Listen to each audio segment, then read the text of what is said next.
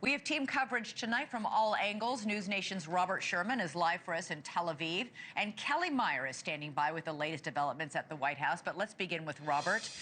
Iranian missiles are still launching toward Israel, Robert. Fewer of them, to be sure.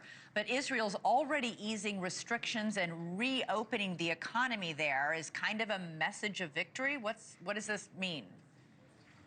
Yeah, it's a slow step, and people are starting to feel as though that they're at very least a little bit closer to the end of all of this. But it's that loud blaring of sirens which reminds everyone here that they're not quite to the other side of all of this yet. We saw 2 different barrages on our position here in Tel Aviv today. To your point, Elizabeth, initial reports are smaller in size, perhaps even less than half a dozen in some of these barrages here, but still something that people are taking very seriously. And whether people are below ground in the shelters or above ground in the cafes, the war with Iran is dominating every conversation here. But one particular question is rising to the top, and that is, will the United States get involved and strike Iran, or will they steer clear of all of this? The supreme leader of Iran giving stern warnings to the Americans to stay away and not get involved, or there will be consequences. But the United States is still standing by here, and the Prime Minister's office says they remain in constant contact with the Americans. But the U.S. Embassy in Jerusalem is closed tonight and set to be closed through Friday due to the security situation that is ongoing here. But Ambassador Mike Huckabee announced today that they are working on measures in order to evacuate Americans who are stuck here in Israel, whether that's through flights, whether that's a maritime corridor through Cyprus. There are people on the ground here who are waiting to see what happens here, but are hoping to get out as quickly as possible.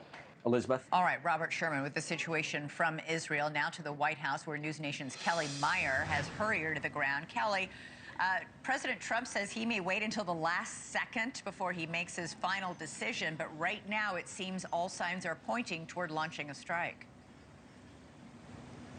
Yeah, that's right. And it seems like he's laying out his reasoning, of course. He keeps saying that Iran cannot have a nuclear weapon. So already laying out his reason if he does, in fact, decide to join Israel in striking Iran.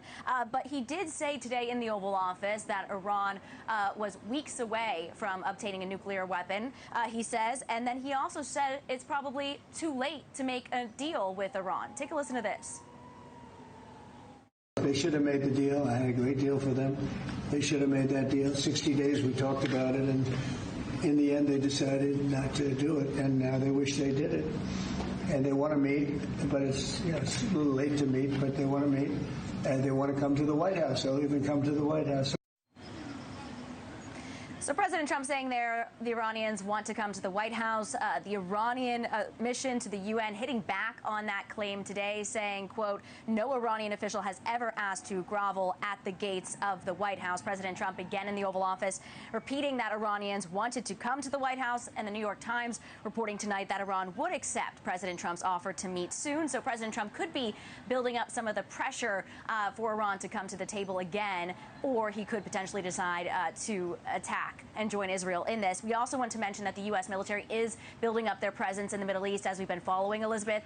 Fighter jets and ships in the region. We did talk to a U.S. official today saying that the USS Ford is moving next week to Europe, and that could be moved to the Middle East. We know that the Vincent is already in the Middle East, and as well as the Nimitz. That one is on the way. And we are hearing tonight from Reuters, just reporting moments ago, that the U.S. military has moved assets from bases in the Middle East that may be vulnerable to any potential attack from Iran. Elizabeth. All right.